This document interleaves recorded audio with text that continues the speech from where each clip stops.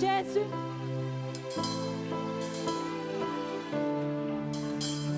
Nous chantons avec la chorale.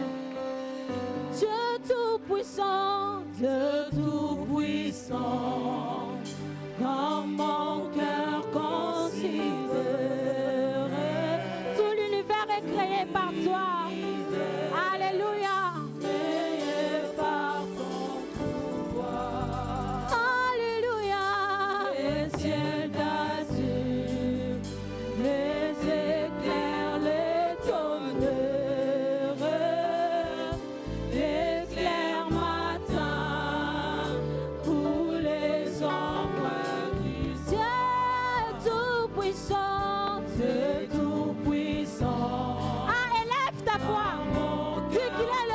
Tout-Puissant. Lorsque notre cœur considère qu'il est le roi de rois, que tout l'univers a été créé par son nom,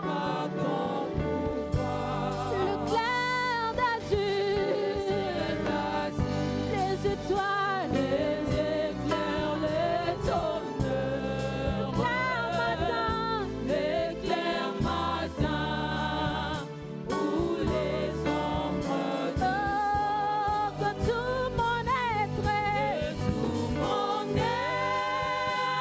alors s'élève un chant. Dieu Tout-Puissant, Dieu Tout-Puissant, que tu es grand, que tu es grand, que tout mon être alors s'élève un chant. Dieu Tout-Puissant, que tu es,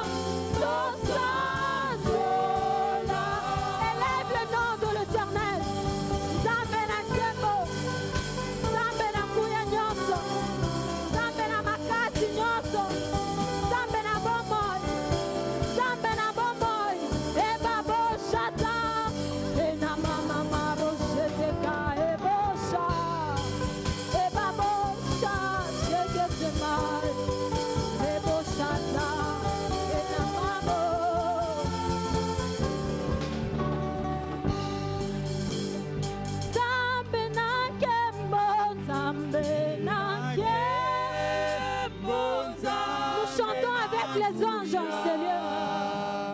Alléluia. Nous chantons avec les anges en ce lieu. Sanjola.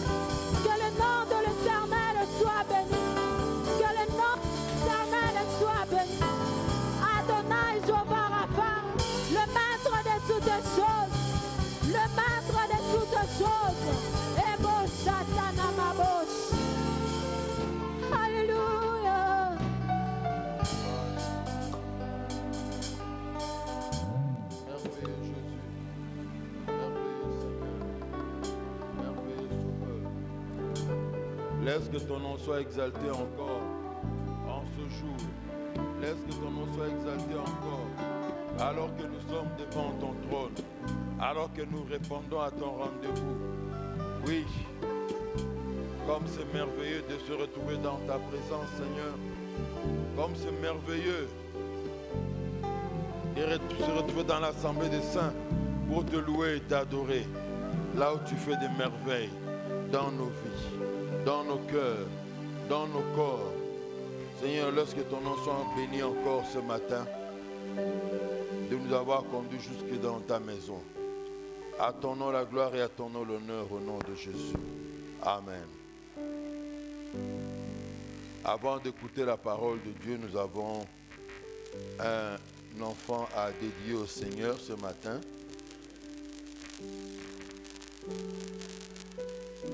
Gala Matimbi Emnis Miracle. C'est un garçon qui a 3 mois.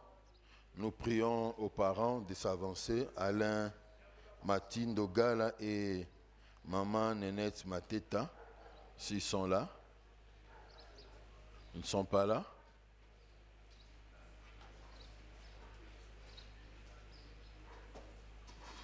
Ils ne sont pas là. Alors ça sera au deuxième culte ou alors après le premier culte même au bureau.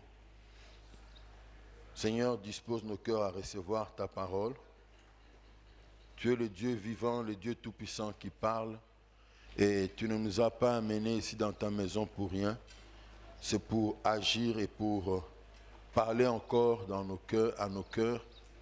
Et que Seigneur, ta parole nous transforme à ton image. Nous puissions chaque jour te ressembler. Telle est, entre autres, la mission de ta parole quand tu l'envoies. Bénis cette parole et que nos vies en soient impactées au nom de Jésus. Amen. Shalom bien-aimé. Si tu es gentil, tu peux dire un petit mot, une salutation à ton voisin, à ta voisine. Oui, on ne sait jamais. On ne sait jamais de quoi demain est fait. Amen. Alors, nous avons un thème bien sûr qui tourne autour aujourd'hui de ce grand événement qui a bouleversé les nations de la terre, qui a bouleversé le monde, la venue de Jésus. Et mon thème, gros plan sur Jésus, les mages et Hérode.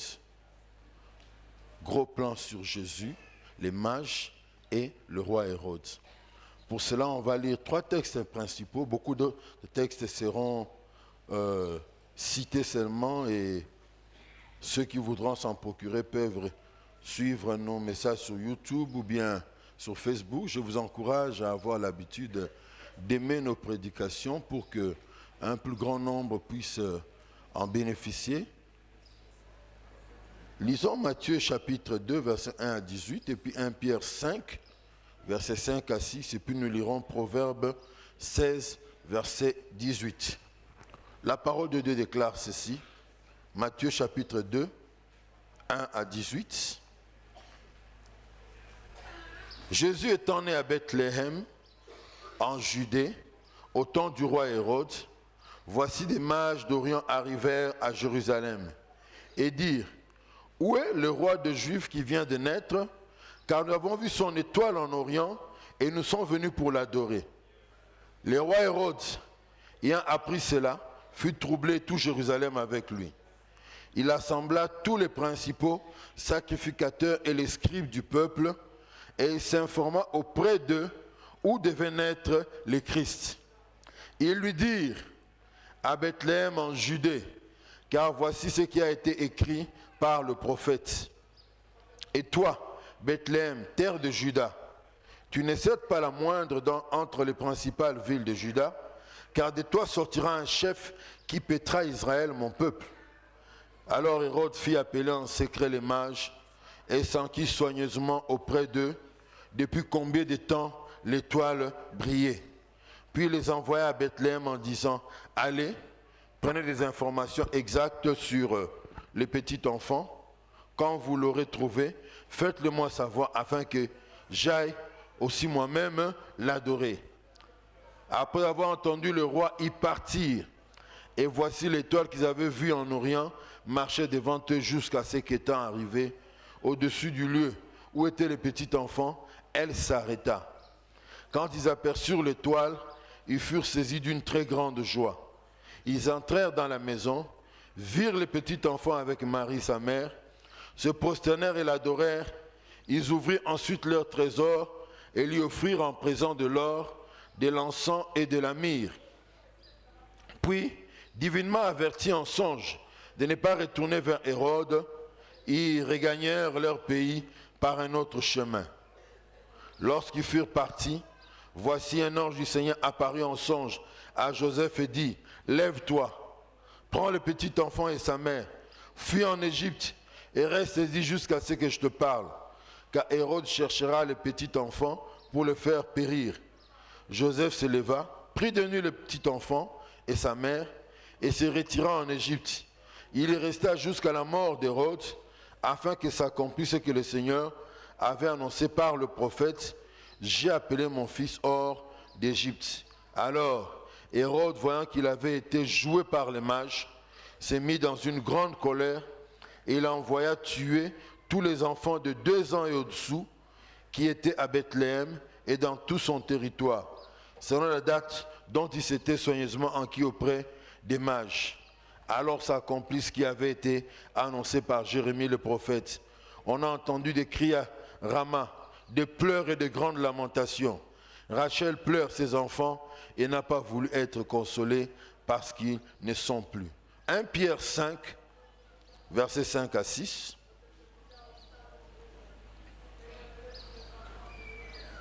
1 Pierre 5.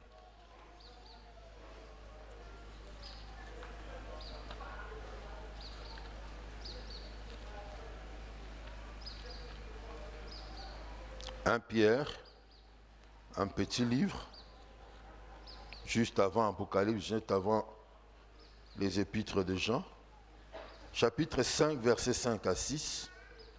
De même, vous qui êtes jeunes, soyez soumis aux anciens, et tous dans vos rapports mutuels, revêtez-vous d'humilité, car Dieu résiste aux orgueilleux, mais il fait grâce aux humbles. Humiliez-vous donc sous la puissante main de Dieu, afin qu'il vous élève au temps convenable. Dernier texte, nous lisons dans Proverbe 16, verset 18. La Bible déclare, « L'arrogance précède la ruine et l'orgueil précède la chute. » Je nous prie de recevoir la parole de Dieu.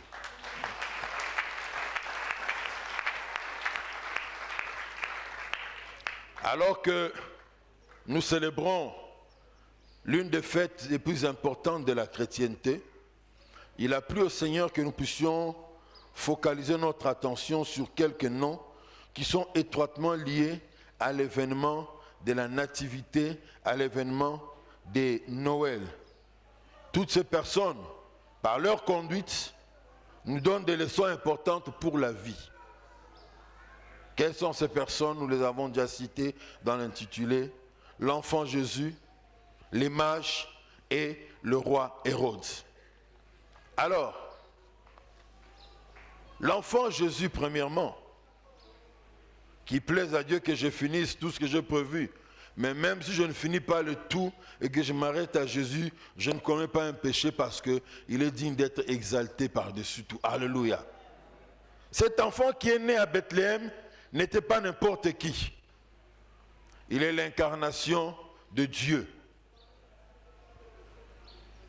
Dans le livre du prophète Michée, il est écrit, « Toi, Bethléem Ephrata, petite entre les milliers de Juda, de toi sortira pour moi celui qui dominera sur Israël, et dont l'origine remonte aux temps anciens, aux jours de l'éternité. » Un enfant qui va naître, mais qui a la particularité d'avoir pour origine les temps anciens, d'avoir pour origine l'éternité. Alléluia. Ça montre son caractère divin. Et encore, Ésaïe 7, verset 14. C'est pourquoi le Seigneur lui-même vous donnera un signe. Voici, la jeune fille deviendra enceinte, elle enfantera un fils, et elle lui donnera le nom d'Emmanuel. Les versions anglaises, là où on nous parle de la jeune fille deviendra enceinte, on parle tout court de virgin. La vierge deviendra enceinte. Et elle enfantera un fils, on lui donnera le nom Emmanuel qui signifie Dieu avec nous. Donc déjà, dans l'Ancien Testament, les signaux étaient donnés au travers des prophéties de l'Ancien Testament. Et pour rappel, pourquoi est-ce qu'il doit venir? Parce que l'homme a échoué. Dieu avait créé l'homme pour qu'il vive toujours en relation intime avec lui. S'il n'avait pas besoin d'homme, il n'allait s'arrêter qu'aux végétations, aux animaux. Mais il a voulu que de tous les êtres qu'il a créés, qu'il puisse avoir un être avec qui il sera en relation. Notre Dieu est un Dieu de relation. Déjà dans la Trinité, il existe donc 3 personnes en Dieu. La relation est déjà là-dedans. Et il a voulu créer l'homme pour être en relation avec lui. Voilà pourquoi nos premiers parents, Adam et Ève, chaque soir, ils venaient leur rendre visite. Parce que c'est un Dieu des relations. Alléluia. Et toi qui t'en fous des relations avec des personnes dans la vie, attention, attention. Tu es du mauvais côté. Tu t'écartes même de la pensée de Dieu. Mais à cause du péché, cette relation avait été brisée et Dieu souffrait toujours de voir l'homme séparé de lui. Et c'est comme ça qu'il va mettre un plan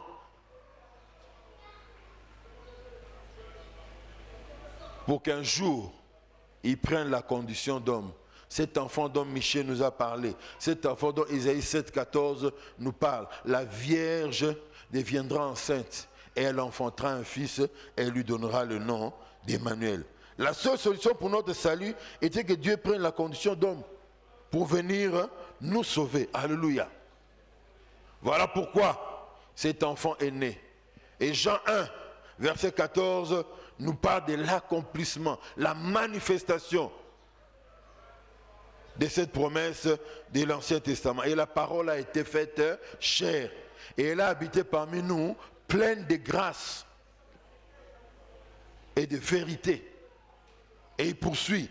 Et nous avons contemplé sa gloire, une gloire comme la gloire du Fils unique venu du Père. Alléluia. Ils ont eu le privilège de voir la parole faite chair. Et Hébreux 2, 14, rappelant sa mission, dit ainsi, puisque les enfants participent au sang et à la chair, il y a également participé lui-même, afin que par la mort, il puisse anéantir celui qui a la puissance de la mort. Alléluia. Puisque les enfants participent à la chair et au sang, il y a participé lui-même afin qu'il puisse venir les sauver et détruire celui qui avait la puissance, le pouvoir sur eux au travers de la mort. Lisez avec moi Philippiens chapitre 2, versets 1 à 11. Là, c'est tout le monde qui doit lire.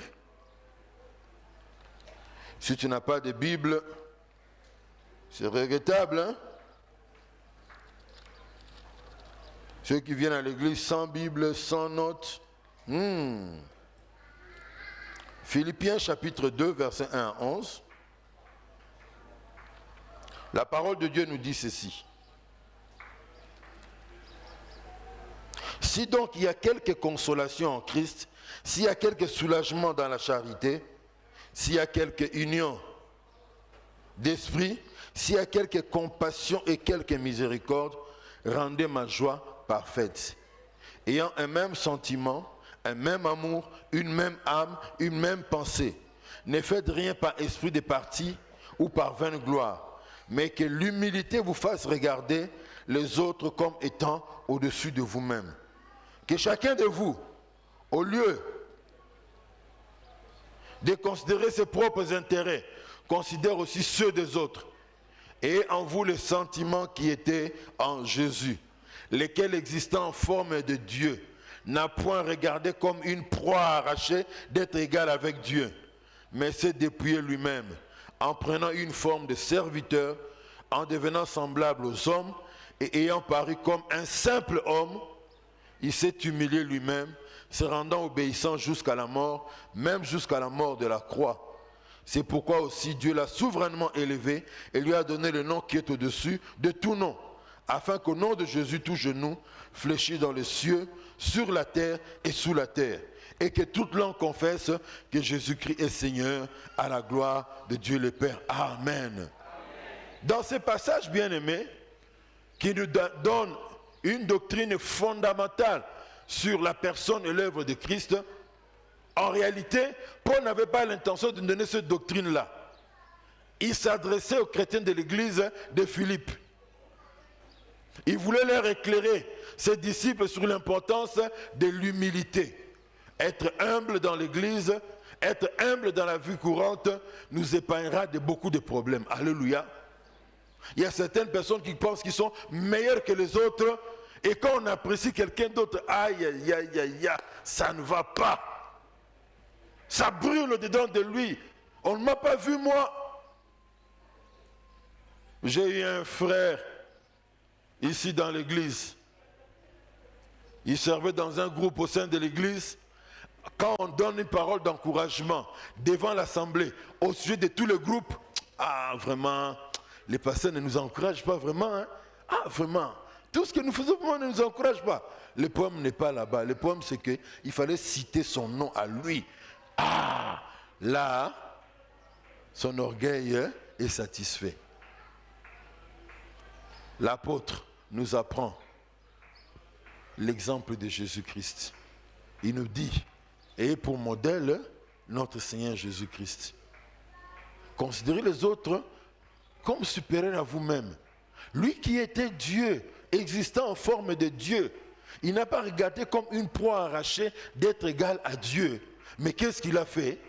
Il a accepté de s'abaisser pour devenir homme. Alléluia. Le Dieu incarné a laissé sa gloire incomparable dans le ciel pour venir sous les traits d'un humble serviteur. Venir sur la terre. Bon, à la rigueur, je parle à la manière des hommes, on peut se dire, bon, j'accepterai, comme j'étais dans la gloire au ciel. Bon, maintenant, quand je vais descendre, que j'ai quand même logé chez les princes héritiers du trône, ou bien que j'ai logé dans la maison du roi, que je naisse dans la maison du roi, où est-ce qu'il va naître?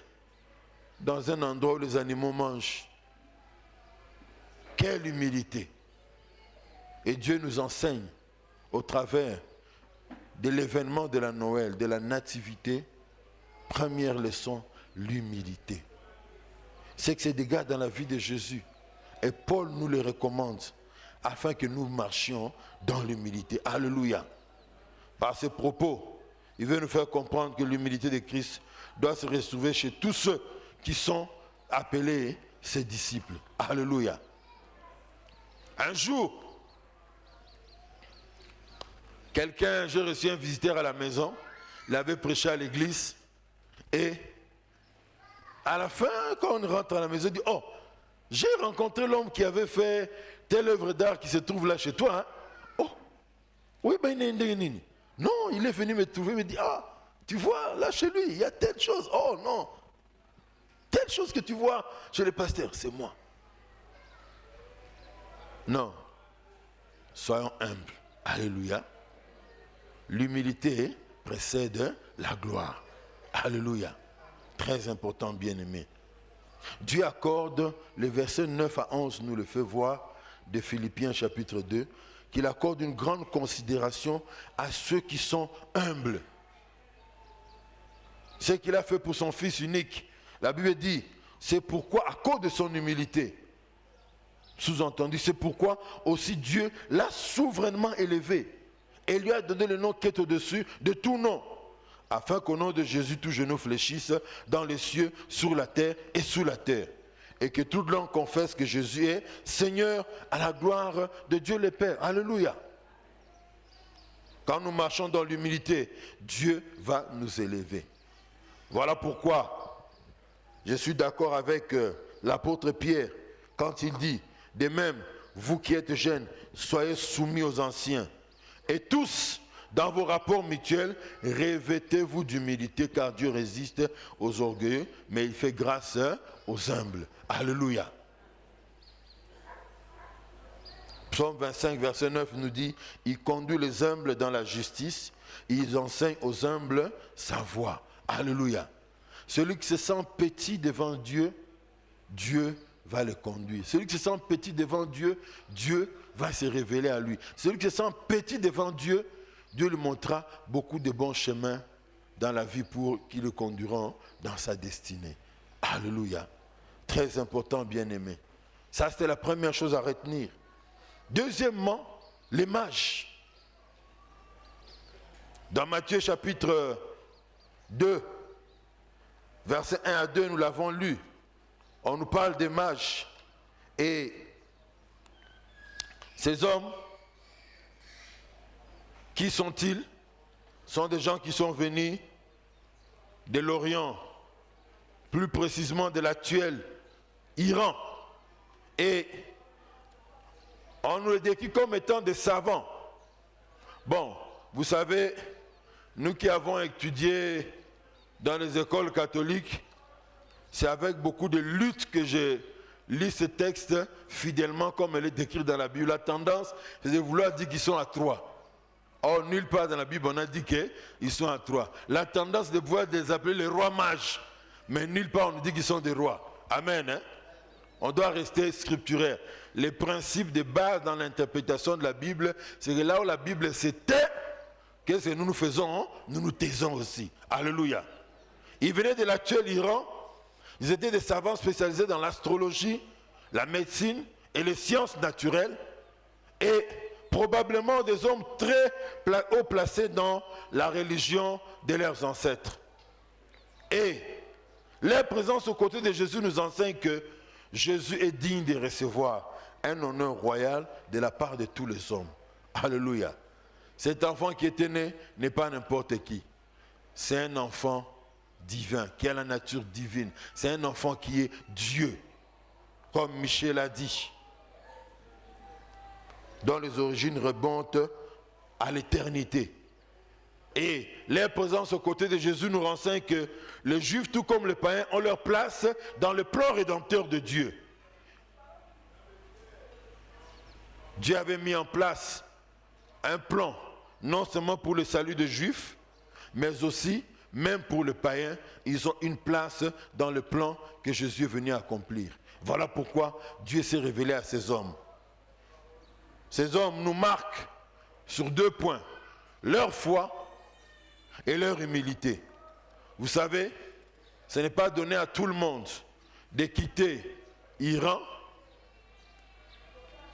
jusqu'à venir près de la mer Méditerranée en Israël.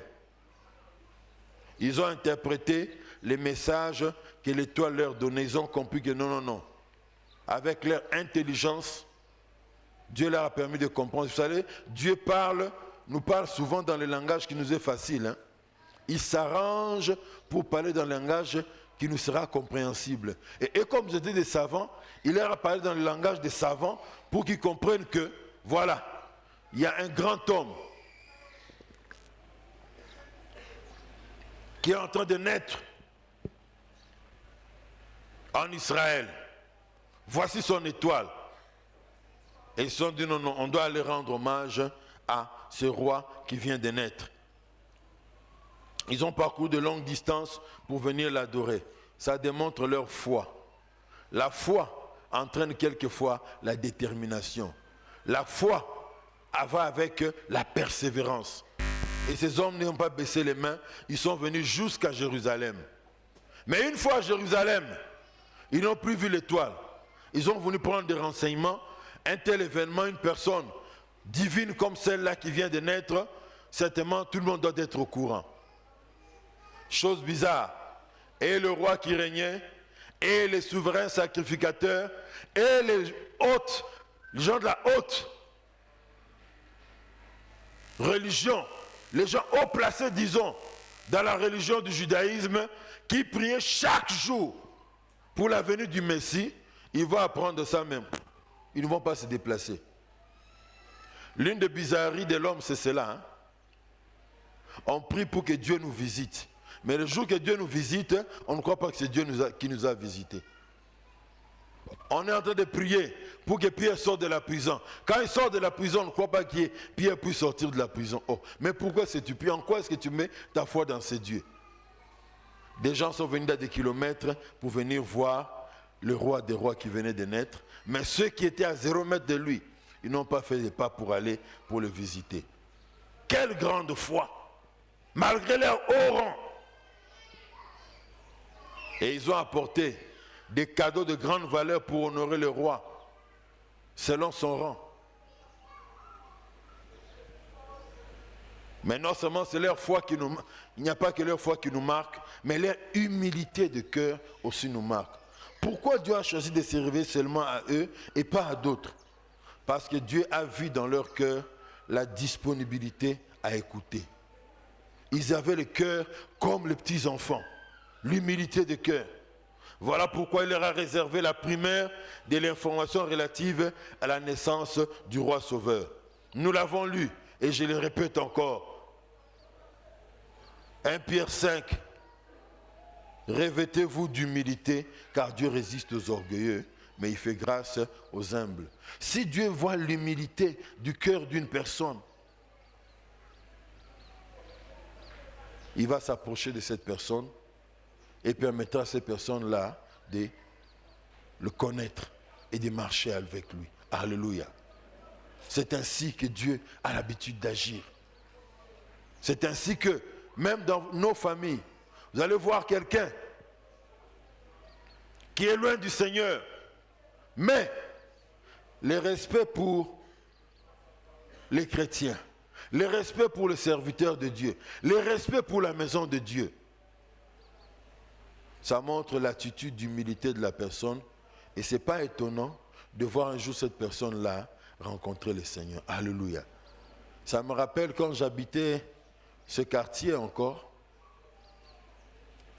il y avait une femme sur le coin de rue là où je passais. Quand elle me voyait, elle me saluait avec beaucoup de respect.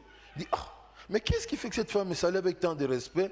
Mais pourtant, son habillement laisse à désirer. Je ne l'ai jamais entendu, je ne l'ai jamais vu venir à l'église. À partir de ce moment-là, chaque fois que je passais par là, même quand elle n'était pas là, Seigneur, sauve cette femme. Quand je la voyais me saluer, je la bénissais. Jusqu'à ce qu'un jour, elle nous a rejoints à l'église. Elle a prié longtemps avec nous. Il est vrai qu'on m'a appris qu'un jour, elle avait perdu son mari et certainement elle a quitté le quartier. Mais voyez, l'humilité du cœur fait que Dieu puisse élever une personne. Alléluia. Est-ce que tu es humble et tu es orgueilleux? Si tu es humble, sache-le, Dieu t'élèvera. Certaines choses difficiles de la vie pour lesquelles tu ne sais comment faire, lui seul te montrera le chemin. Alléluia. C'est même la pensée qui revient dans Matthieu chapitre 5, dans les sermons sur la montagne. Heureux le pauvre en esprit, parce qu'ils verront Dieu. Alléluia. Très important. Et ayant parlé des mages, parlons maintenant du tout dernier sur la scène de Matthieu chapitre 2, le roi Hérode. Qui était Hérode? On l'appelait à son temps Hérode le Grand. C'était ça son titre. Il était un Iduméen. C'est comme ça qu'on les appelait à l'époque de Jésus, mais traduisé par Iduméen, un Édomite, un descendant d'Ésaü. Et en ces temps, les Iduméens ou les Édomites étaient les ennemis du peuple d'Israël. Mais cet homme a régné sur Israël pendant 36 ans. Parce que son père a été juif de moitié et iduméen de moitié. Et il a profité du fait qu'il était élevé dans la société pour se convertir à la religion juive. C'est sûr qu'il s'est converti pour des raisons politiques. Imaginez un peu. Ici, en général, on dit, bien sûr, je conteste ce jour, c'est là, ce n'est pas totalement vrai. On dit que le Congo, la RDC, c'est une nation chrétienne. Quelqu'un qui veut diriger la RDC et qui est bouddhiste, qui est musulman, il aura de sérieux problèmes. Voilà pourquoi on leur conseille souvent quoi? Cache un peu ton identité. Si tu as une autre identité religieuse, fais comme si tu es chrétien, présente-toi dans des églises chrétiennes, va dans leurs cérémonies, comme ça le peuple se sentira quand même qui se retrouve. Et dans d'autres pays, là où il y a deux religions qui dominent, l'islam, le christianisme, souvent on fait un peu le mélange. Quand c'est la fête des chrétiens, on dit un mot officiellement au niveau de l'État pour faire plaisir aux chrétiens. Quand c'est la fête des musulmans, il y a aussi un mot pour eux, pour que les autres ne puissent pas se sentir lésés par celui qui règne. Alors cet homme s'était converti au judaïsme. Moi j'ai dit, c'est certainement pour des motivations politiques. Et pour votre information, c'est lui qui a fait construire le temple de Jérusalem qui existait au temps de Jésus. Il a commencé à le construire 15 à 20 ans avant la naissance de Jésus. Et après la mort de Jésus, ses travaux ont continué. Il est mort quelques années après la naissance de Jésus, cet homme. Qu'est-ce que l'histoire nous rapporte concernant Hérode? Nous entrons un peu dans l'histoire avec vous. Un érudit anglais qui a fait des recherches dans l'histoire rapporte ceci: dans toute sa carrière n'a été qu'un bain de sang. Mort par strangulation, par le feu, par écartèlement, par assassinat secret. Pendant sa vie, les survivants ont été encore plus malheureux que les martyrs. Donc même si ne vous avez pas tué parmi la population israélienne, mais le fait d'être vivant avec Hérode comme roi, le peuple était toujours dans la peur. Cet homme a eu à tuer 3 de ses fils et il a tué même une de ses femmes. Pourquoi avoir tué le fils? Dès qu'on lui dit: ah non, tel fils a fait un complot contre toi pour te tuer. Ah, il broie l'enfant. Un deuxième enfant broyé. Un troisième enfant broyé à cause du pouvoir. Et il a même tué une de ses femmes à cause de son amour et son zèle effréné pour le pouvoir. Son excès de zèle. Un auteur dit ceci: réalisant à quel point le peuple le détestait, vous allez peut-être rire, mais ça fait mal. Il a ordonné à sa sœur Salomé et à son mari, à son beau-frère Alexas, de faire massacrer tous les leaders à l'hippodrome lors de sa mort, afin que celle-ci soit un deuil national et non pas une fête. Qui a compris l'idée? Je suis tellement méchant, moi le roi Hérode. Alors, je sais que le jour que je vais mourir, les gens vont fêter ma mort. N'avez-vous jamais vu des gens, quand ils meurent, les autres fêtes? Ça arrive, hein? Une veuve, son mari meurt, au lieu d'avoir des larmes aux yeux, elle est toute joyeuse. Et nous avons délivré, on n'a pas sûr. Alors Hérode a compris. Le jour que je vais mourir, les gens vont fêter. Alors pour qu'il n'y ait pas fête, il donne des consignes à sa soeur Salomé et à son beau-frère: jour na rokufa, bobomba leader réunion soba na Israël awa. Comme ça, au lieu que les gens fêtent, ils seront dans le deuil, et bon, c'est pour la liwa n'angaïté. Malheureusement pour lui, après sa mort, son beau-frère et sa sœur n'ont pas exécuté cela. Voyez jusqu'à quel point l'homme était mauvais et méchant. Tout ça, c'est parti d'où? L'orgueil et l'arrogance. Le contraire des mages, le contraire de l'exemple que nous donne de Jésus, cet homme était arrogant. La Bible nous dit, dans Proverbe 16, l'arrogance précède la ruine et l'orgueil précède la chute. Quand quelqu'un est arrogant, ça veut dire qu'il a un comportement fait de mépris et d'insolence. Et un orgueilleux, c'est presque comme la même chose. Quelqu'un qui a une opinion très avantageuse qu'une personne a de sa propre valeur aux dépens de la considération due à autrui. Un homme rempli de lui-même. Et c'est comme ça qu'était Hérode. Et quand cet homme a appris l'annonce de la naissance du roi des Juifs, cette nouvelle l'a mis dans une insécurité totale. La Bible nous apprend comment est-ce que le méchant n'est toujours agité, il n'est pas stable.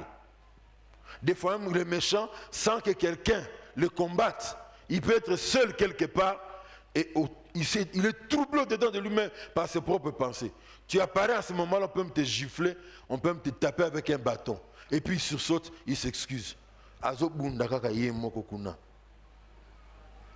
Ecclésiaste 2,23 nous dit, tous ces jours ne sont que douleur et son partage n'est que chagrin. Même la nuit, son cœur ne repose pas. C'est encore là une vanité. La description de l'homme sans Christ. Mais les méchants sont comme la mer agitée qui ne peut se calmer et dont les eaux soulèvent la vase et les limons. Alléluia. Les méchants sont comme une mer agitée. Et Hérode était réellement comme une mer agitée. La Bible dit encore, il n'y a point de paix pour le méchant, dit l'Éternel. Oh, on vient t'annoncer la naissance d'un enfant. Et tu t'agites comme ça. Et toute la ville de Jérusalem était agitée parce que lui s'était agité du haut de son trône. Alors il appelle d'urgence les pharisiens et les sacrificateurs, les souverains sacrificateurs et ceux de sa cour. Est-ce que vous pouvez me donner un peu de renseignements? Il fait peut-être un effort pour contenir ces tremblements, ces agitations. Peut-être se droguer un peu là, pour qu'on puisse sentir qu'il est en train de trembler. Prenez des renseignements pour moi. Où est-ce que le Messie devait naître? Parce qu'il y a des gens qui sont ici qui veulent connaître là où le Messie devait naître. Les autres font leurs recherches. Ils ont certainement lu Michée chapitre 5, verset 1 et d'autres passages de l'Ancien Testament qui annoncent la venue du Sauveur. Ils reviennent et disent voilà, d'après les Écritures, il doit naître à Bethléem. Ok. Alors ils donnent l'information aux autres. Allez à Bethléem, hein, c'est là qu'il doit naître normalement. Alors quand vous irez là-bas, hein, prenez soin de voir l'enfant. Prenez bien l'adresse, revenez me donner l'adresse comme ça. Moi aussi à mon tour, hein, j'irai les visiter. Mais dès que ces gens partent, il n'est pas en paix.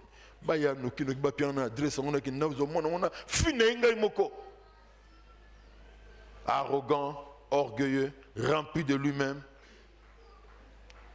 Parce qu'il avait le pouvoir. Et il pensait qu'au-dessus de lui, en Israël, il n'y avait personne. Et pourtant, Dieu est au-dessus de tout homme. Alléluia. Il n'y a point de paix pour les méchants. Les méchants sont comme la mer agitée.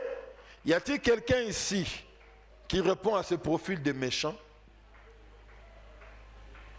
Si tu es là, j'ai une bonne nouvelle pour toi. La première personne dont nous avons parlé ce matin, il est venu pour changer ton cœur. Alléluia. Il peut te transformer d'homme arrogant, orgueilleux, méchant, pour que tu deviennes un homme humble. Quand un homme est très rempli de lui-même, il cherchera à attirer toute l'attention sur sa personne. Quand un homme est très rempli de lui-même, il cherchera à ce qu'on ne parle que de lui. Mais quand on a parlé seulement d'un petit enfant, qui est le Messie, qui vient de naître, aïe aïe aïe, et comme il faut mettre la Valium pour le cas, mais malgré la Valium, vous savez, quand on dirige un peuple qui n'est pas son peuple, l'homme ne se sent jamais à l'aise. Alors, il mettait toujours en place un plan pour savoir qu'est-ce qu'on est en train de dire contre moi. Prenez les renseignements. Qui parle contre moi là-bas dans la cité? Quel leader est en train de fomenter un projet contre moi? Même à Rome, il avait certainement placé des gens, des mouchards dans la cour du roi César pour savoir qui est venu de Jérusalem, qui a rencontré César. Dites-le moi comme ça dans l'Andelabatoua. Imaginez, déjà 3 de ses enfants, il les a tués. Une épouse, il a tué. Et l'histoire, je vous ai épargné des détails, on nous dit que la dynastie juive des Asmonéens, ceux qui avaient le pouvoir pendant la période de règne des Grecs, avant la venue du règne des Romains, qui étaient comme les opposants à Hérode, il les a tous massacrés. Une telle personne qui détient un pouvoir, une parcelle de pouvoir, il va s'en servir pour écraser tous ceux qui ne lui sont pas, qui ne font pas des courbettes. Et c'est le cas avec Hérode. Sentant la fin de son règne arriver, il va se mettre à massacrer les enfants pour s'assurer d'avoir tué le roi des Juifs. Pourquoi ce peuple n'était pas son peuple. Il était un Édomite. On l'a placé là-bas à la tête d'Israël. Et je vous informe une parenthèse. La méthode de ceux qui aiment dominer les autres peuples, c'est la même chose qu'on applique toujours. Prendre à la tête d'un peuple, placer celui qui n'est pas fils de ce peuple-là. Quand on place celui qui n'est pas fils du pays, on sait qu'il n'aura pas de base solide dans le pays, les gens vont le haïr, on cherchera à le démettre, il va chercher à s'appuyer sur nous qui l'avons placé, et nous lui donnerons des injonctions, ce qu'il doit faire, il se pliera nous sachant que kuna linganga été. Et ces hommes, comme la méthode est restée la même, quand quelqu'un est un fils du pays, il dirige bien son pays, ils ne sont pas contents. Mieux vaut l'écarter pour prendre quelqu'un qui est colorié, qui est un mélange. Comme ça, on va bien dominer. Et c'est comme ça qu'Hérode s'est senti mal à l'aise, s'est senti, en tout cas, à cause du nom qu'on lui avait cité de la naissance du roi des Juifs. Et finalement, Hérode va mourir quelques années après. Les pouvoirs pour lesquels il tuait beaucoup de personnes, il va les laisser. Il a tué des enfants, mais malheureusement, il n'a pas réussi à tuer celui qui avait la promesse de Dieu. Jésus est venu avec une mission divine et il n'a pas pu le tuer. Et laissez-moi vous dire, si vous êtes investi d'une mission de Dieu pour vous rendre quelque part en son nom, vous demeurez à son écoute, personne ne vous touchera. Alléluia. Dieu a averti les mages, ne retournez plus par ce chemin, prenez un autre chemin. C'est moi qui vous avais amené en mission ici, n'est-ce pas? C'est moi qui vous avais amené pour venir voir les Messies. Vous l'avez vu, n'est-ce pas? Ok. De la même manière que vous m'avez obéi en venant, obéissez, ne reprenez plus ce chemin, prenez un autre chemin. Même si le chemin était plus long que le chemin qu'ils avaient pris au départ, ils ont dit non, non, non, on doit obéir à ce que Dieu nous dit. Et ils ont repris le chemin comme Dieu leur avait ordonné. Ainsi, bien-aimés, pour aujourd'hui, nous retenons trois choses. L'humilité précède la gloire. Dieu aime les gens qui sont humbles. Si tu dois pétir à tes propres yeux, tu dois pétir aux yeux des hommes, tu dois pétir aux yeux de Dieu, il va t'élever. Deuxièmement, la foi avec détermination t'amènera à expérimenter les merveilles de Dieu.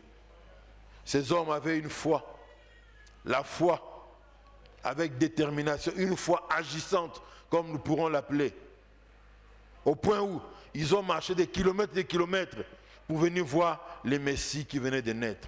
Et leur foi a produit des résultats. Ils ont vu le Messie, ils l'ont adoré. Troisièmement, parmi les choses à retenir en ce jour, c'est que l'orgueil, l'arrogance détruit son homme. Omatipe mingi, lukao kita. Alléluia. Soyozo kita yo morote. Jésus peut t'aider à descendre. Alléluia. Lisez avec moi pour finir une parole prophétique qui avait été dite par le prophète Ézéchiel. Dans Ézéchiel 36, versets 26 à 27. Des paroles qui s'accomplissent au travers de la mission de Jésus. Je vous donnerai un cœur nouveau et je mettrai en vous un esprit nouveau. J'ôterai de votre cœur le cœur de pierre et je vous donnerai un cœur de chair. Je mettrai mon esprit en vous et je ferai en sorte que vous suiviez mes ordonnances et que vous observiez et pratiquiez mes lois. Alléluia. Si tu penses que cette parole t'a touché, tu es très rempli de toi-même, tu es arrogant, tu es méchant, tu es à la bonne adresse parce que nous te pointons vers Jésus, celui qui transforme la vie des hommes. Est-ce que nous pouvons nous lever devant le Seigneur et lui parler? Toi particulièrement, tu vas demander l'aide du Seigneur, lui qui transforme des cœurs, qui enlève le cœur de pierre pour donner aux hommes le cœur de chair, qui puisse changer l'état de ton cœur, qui te donne à toi aussi un cœur de chair. Et toi qui n'as pas ce problème-là, tu vas demander à Dieu de t'aider à demeurer toujours humble. Tu vas demander à Dieu de t'aider pour que comme les mages, tu puisses avoir une foi en béton qui ne recule devant rien. Les apôtres ont demandé au Seigneur, Seigneur, augmente-nous la foi. Ce matin, tu peux demander à Dieu de t'augmenter la foi et il va le faire. Élevons nos voix et parlons au Seigneur.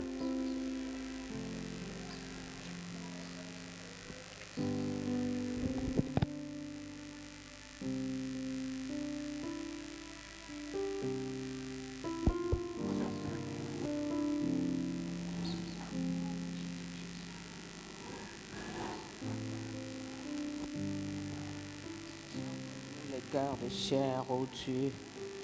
Augmente encore notre foi, Seigneur, ce matin.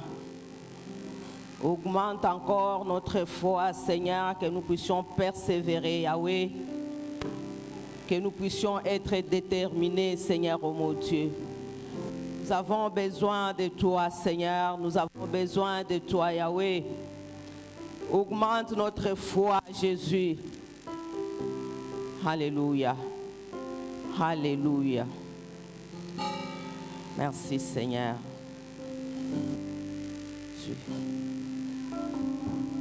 Bien-aimés, nous allons continuer à prier. Enfant Jésus, les mages et les rois Hérode. Jésus qui est né pour nous sauver, pour nous libérer. J'aimerais poser la question, toi tu es qui? Tu es parmi les mages, tu es parmi Hérode. Les mages, c'est-à-dire les gens qui sont déterminés à voir Jésus. Et quand il quitte la maison, il vient pour voir Jésus, pour l'adorer.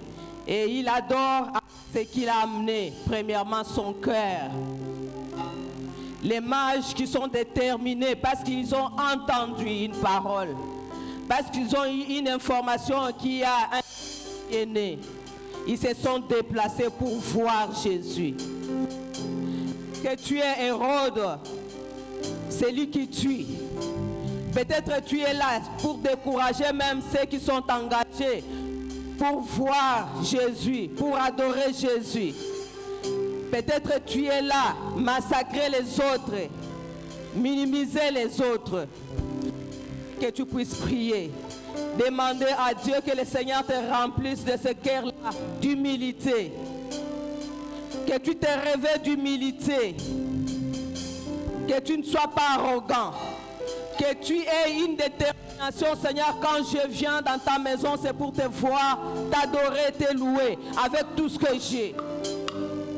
Est-ce qu'il y a quelqu'un qui peut élever sa voix? Est-ce que tu es parmi les mages? Est-ce que tu es parmi Hérode? Si tu es parmi Hérode, répands-toi. Ce matin, nous célébrons Jésus est né. Répands-toi parce qu'il est là. Il va te donner la force. Est-ce qu'il y a quelqu'un qui peut élever sa voix? Dire, Seigneur, à chaque fois que je viendrai enseigner, à chaque fois que je vais m'approcher de toi, que je puisse te voir, que je puisse t'adorer, que je puisse te louer avec ce que j'ai, avec mon cœur. Est-ce qu'il y a quelqu'un qui est disponible, qui est disposé à prendre un engagement ce matin? À prendre un engagement ce matin. Alléluia. Seigneur, nous avons besoin de toi. Éternel, nous avons besoin de toi. Éternel, nous avons besoin de toi, mon roi. Te voir, Seigneur, oh mon Dieu, quand nous sommes, Seigneur, dans ta présence, oh mon Dieu. T'adorer, Éternel, notre Dieu, avec notre cœur. T'adorer, Seigneur, avec notre cœur, oh Dieu. Nous avons besoin de toi, Jésus. Nous avons besoin de toi. Est-ce que tu peux te recommander, bien-aimé, entre les mains du Seigneur? Est-ce que tu es celui-là qui adore réellement le Seigneur? Est-ce que tu es celui-là qui adore réellement le Seigneur quand tu es devant Dieu? Aide-nous, Seigneur, oh mon Dieu, mon roi. Aide-nous, Éternel, notre Dieu. Aide-nous, Yahweh. Aide-nous, Seigneur, mon roi. Nous avons besoin de toi, que tu augmentes encore notre foi, Seigneur, oh mon Dieu. Seigneur, que nous puissions être humbles avec nos frères et sœurs, oh mon Dieu. Que nous puissions être humbles, que nous puissions être déterminés, Seigneur, oh mon Dieu. Même dans ton œuvre éternelle, mon Dieu. Que nos cœurs soient remplis d'amour, ces sentiments que toi tu avais, Jésus. Que nos cœurs soient remplis d'humilité, éternel notre Dieu. Que nos cœurs soient remplis, Seigneur, de compassion, oh Dieu. Parce que tu es notre Dieu. Merci, Jésus. Merci pour ta parole ce matin, éternel notre Dieu.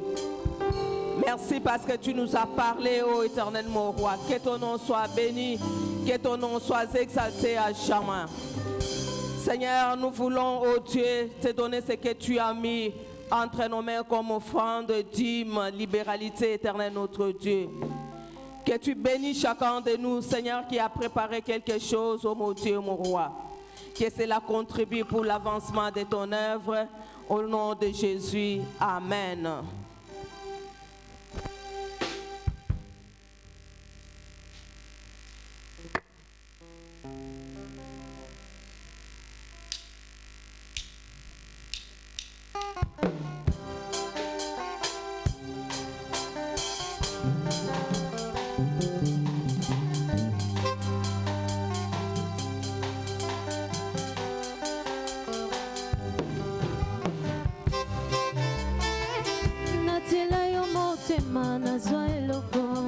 Opesanga na moyo yo butu epimela ngai ozongisela ngai yo mokili bebisa ye ozongisela ngai ya moto ya na bungisa ye aya na ngai ye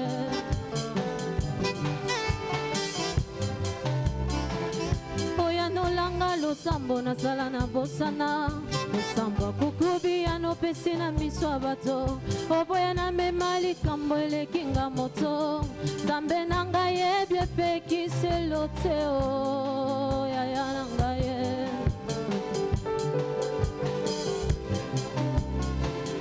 yo zapole yo lakisanga nzela ye moko pekisanga ndenga koloba kimia olakisanga kovanda na bato Zambe oyo akokiselanga bandoto e ndoto na ngai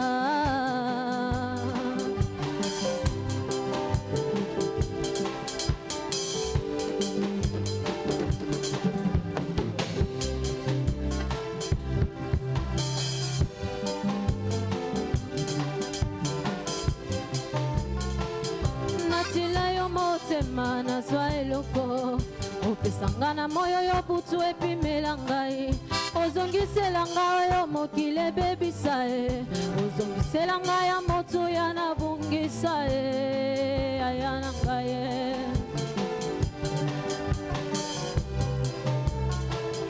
oya nolanga losambo nasala na bosana losambo butubi ya nopesi na miso ya bato oboya na mema likambo elekinga moto yawe na ngai yebi epekiselo te o yaya na ngai ye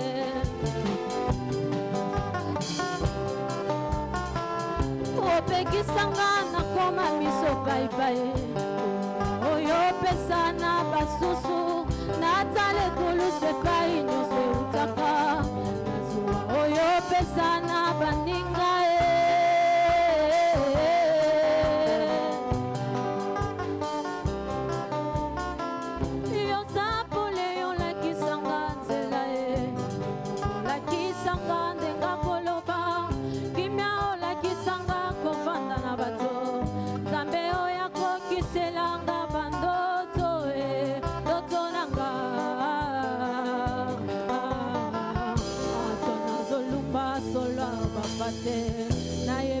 sopelanga mafuta na maboko libange kweisa Goliate suka suka na kolata kibokonzi ata babotolinga moto ya papa tope bakotisinga na ndako ya Potifalo bakokoka te kote kisabandoto suka suka na kolata kibokonzi bonzambe bongina yo moyenge bene utabo mwana tangangoyo bongola kinano linote tangangoyo sekwisa kilazalote soki pe osale linga bikambo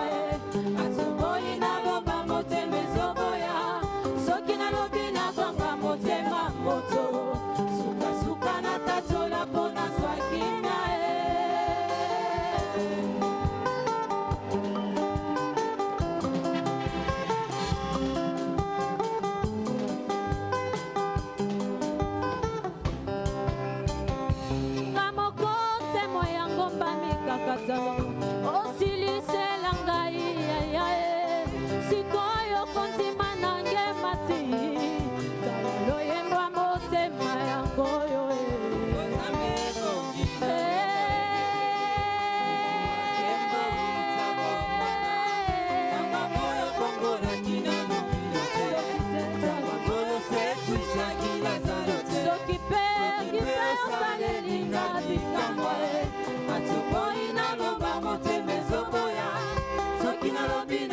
motema moto suka suka na tatola pona zwa kimya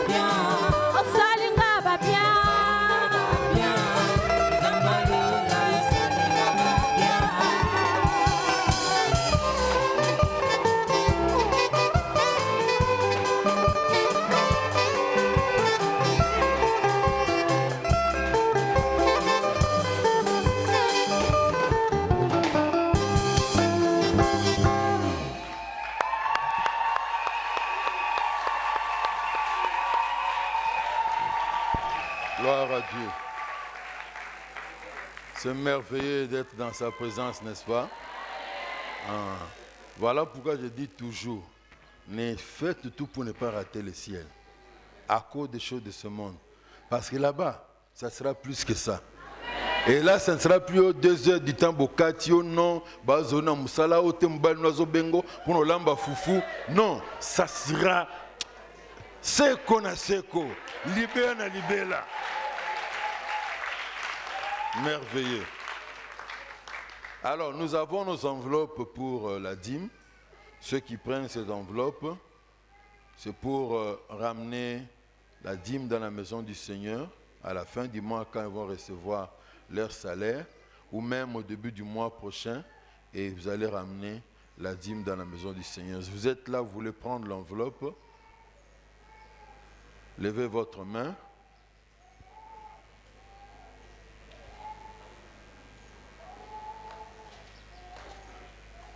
Aujourd'hui, l'effectif du service d'accueil est vraiment réduit, vraiment, veuillez nous en excuser. Mais on fait l'effort, les bien-aimés font l'effort qu'il faut pour pouvoir...